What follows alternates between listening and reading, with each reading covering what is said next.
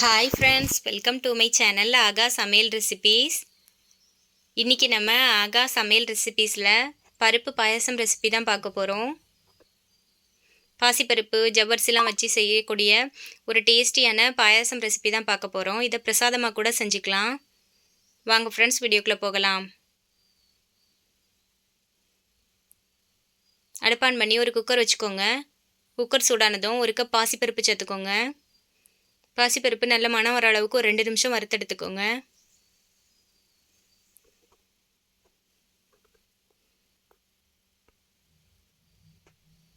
இப்போ பாசிப்பருப்பு நல்ல மணம் வந்து வறுபட்டுட்டு இது கூடவே தண்ணி சேர்த்துக்கணும். ஒரு கப் பாசிப்பருப்புக்கு 3 கப் தண்ணி சேர்த்து மீடியம் ஃப்ளேமில் வச்சு 3 விசில் வேக வச்சு எடுத்துக்கோங்க.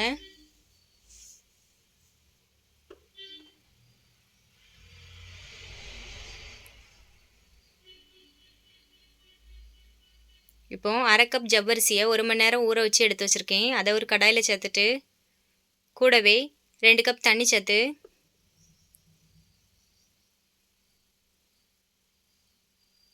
கலந்து கொடுத்துட்டு வேக வச்சுக்கோங்க. இப்போ ஒரு பாத்திரத்தில் 2 கப் சர்க்கரை சேர்த்துக்கோங்க. கூடவே 1 கப் தண்ணி சேர்த்து நல்லா கரைஞ்சி வர அளவுக்கு கொதிக்க வச்சு எடுத்துக்கோங்க. பாகு வர தேவையில்லை, கரைஞ்சி வந்தால் போதும்.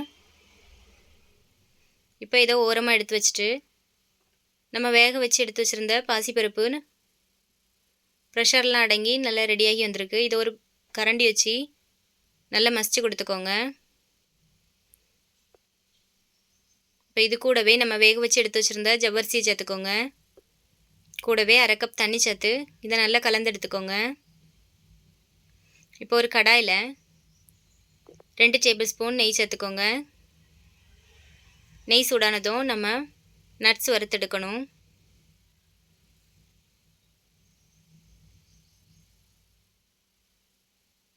இப்போ நெய் சூடாயிட்டு இப்போ இது கூடவே 1 டேபிள் ஸ்பூன் கட் பண்ண தேங்காய் சேர்த்துக்கோங்க.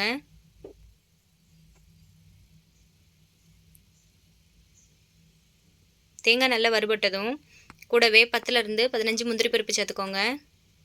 இப்போ முந்திரி பருப்பையும் நல்லா வறுத்தெடுத்துக்கோங்க. இது கூடவே 2 டேபிள் ஸ்பூன் திராட்சை சேர்த்துக்கோங்க. இப்போ திராட்சை நல்லா உப்பி வர அளவுக்கு வறுத்தெடுத்துக்கோங்க.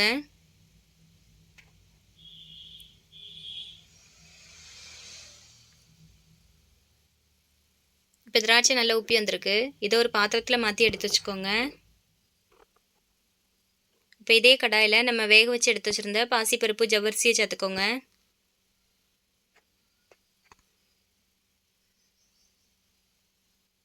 இப்போ இதை நல்லா கலந்து கொடுத்துட்டு இது கூடவே நம்ம எடுத்து வச்சுருந்த சர்க்கரை கரைசலை வடிகட்டிட்டு சேர்த்துக்கோங்க. இப்போ இதை நல்லா கலந்து கொடுத்து ஒரு கொதி வர அளவுக்கு வேக வச்சுக்கோங்க. கட்டிகள் இல்லாமல் நல்லா கரைச்சி விட்டுட்டுருங்க.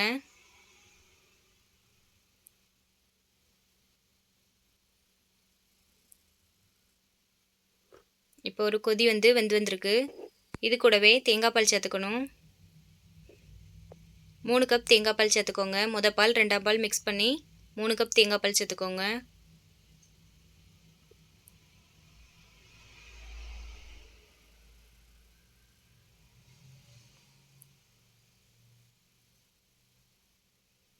இப்போ இதை கலந்து கொடுத்து ஒரு கொதி வர அளவுக்கு வேக வச்சுக்கோங்க.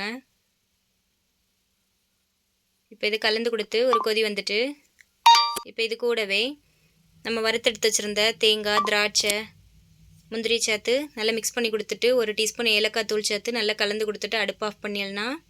நம்மளோட டேஸ்டியான பருப்பு பாயாசம் ரெடி ஆயிரும். நீங்களும் இந்த மாதிரி ஒரு வாட்டி பருப்பு பாயாசம் செஞ்சு பாருங்கள். உங்களுக்கு இந்த வீடியோ பிடிச்சிருந்தனா நம்மளோட சேனலை சப்ஸ்கிரைப் பண்ணுங்கள், கமெண்ட் பண்ணுங்கள், ஷேர் பண்ணுங்கள், லைக் பண்ணுங்கள். தேங்க்ஸ் ஃபார் வாட்சிங்.